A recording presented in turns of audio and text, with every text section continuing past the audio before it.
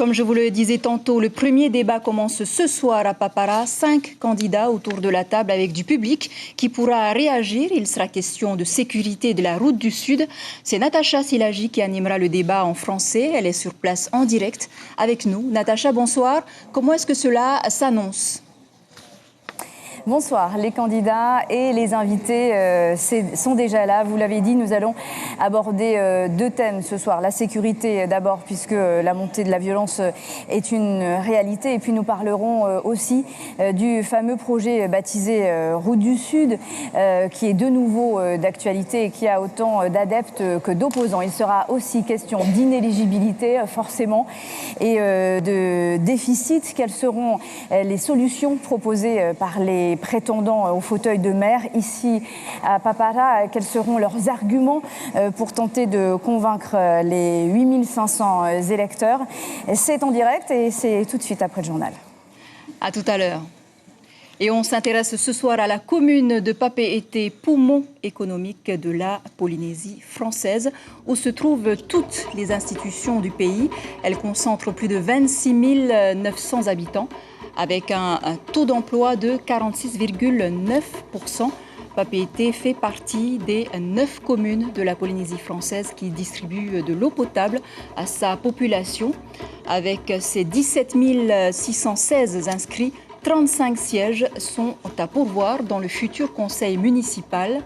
Depuis le scrutin de 1995, Michel Buyard dirige la ville de Papeete.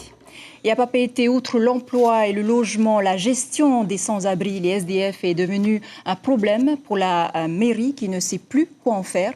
Et cela fait partie des enjeux des prochaines municipales.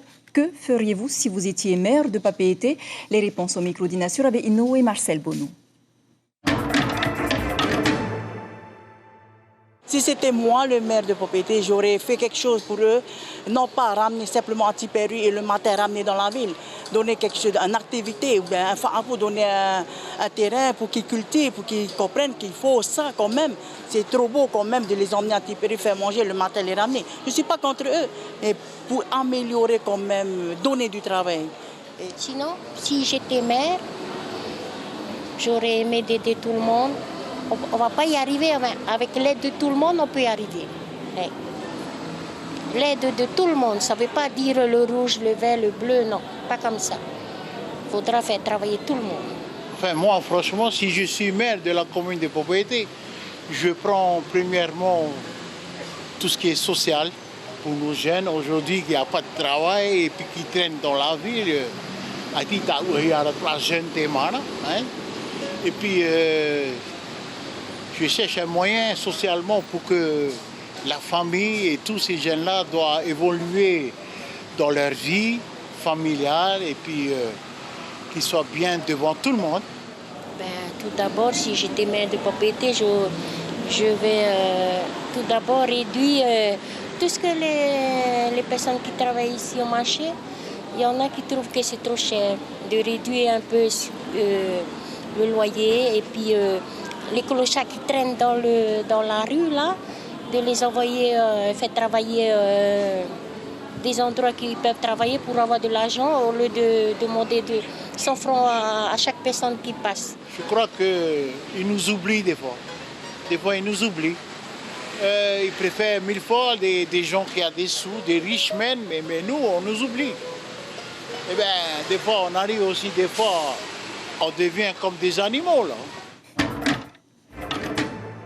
Voilà un message adressé aux candidats des listes qui convoitent la ville de Papeete. Et la campagne de ces municipales se joue aussi sur la toile. Chaque semaine, nous ferons le point sur ce qui se dit sur les réseaux sociaux. Lucille Guichet-Tirao, bonsoir. Bonsoir. Pourquoi donc les réseaux sociaux sont-ils si importants pour ces élections?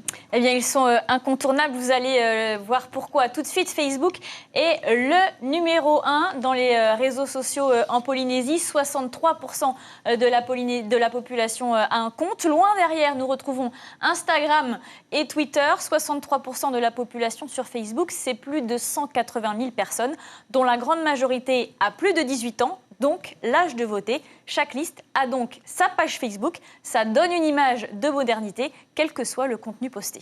Quel est l'intérêt de faire campagne sur les réseaux sociaux ? Eh bien, déjà, c'est gratuit, entièrement gratuit. Ça permet également de s'adresser à un plus grand nombre d'électeurs. En revanche, il y a moins de contact humain. Et le contact humain, on sait que ça compte beaucoup dans une élection de proximité telle que les municipales. Rien ne vaut le porte-à-porte et les poignées de main. Et enfin, pour ceux pour qui ça compte, eh bien, ça produit moins de déchets puisqu'il n'y a pas de tracts ni de profession de foi qui finissent à la poubelle. On imagine qu'il y a des règles sur Internet quand même. Oui, il y a des règles et en campagne électorale, il faut bien les suivre lorsque l'on est candidat sur Facebook. Les candidats n'ont pas le droit de payer des espaces publicitaires, les contenus sponsorisés qui apparaissent dans votre fil d'actualité. Attention aussi aux fake news qui pourraient influencer le vote. La loi électorale est très claire là-dessus. Le juge peut ordonner la suppression du contenu en 48 heures. Enfin, la période de réserve s'appliquera aussi sur les réseaux sociaux la veille du scrutin. Plus aucun message posté à partir du samedi 14 mars, 0h. Merci beaucoup Lucille Guichet pour cet éclairage. Et puis à Mahina, Nicole Sanker veut à nouveau tenter sa chance avec sa liste Tamari Mahina à tout. Classée 3e aux dernières municipales, elle n'a pas pu composer avec Damas Teguira qui ne lui proposait que 2 sièges. Dans le cadre de l'invité café de ce matin, Nicole Sanker a affirmé vouloir se démarquer de ses adversaires en aidant les plus démunis. On l'écoute. Sur Mahina, on est parti évidemment de constats. On se rend bien compte qu'il y a des quartiers prioritaires, des quartiers aisés, des quartiers un peu plus privilégiés. Et ce que nous souhaitons, c'est évidemment un partage. Essayer d'impulser une politique solidaire pour venir en aide aux familles les plus démunies.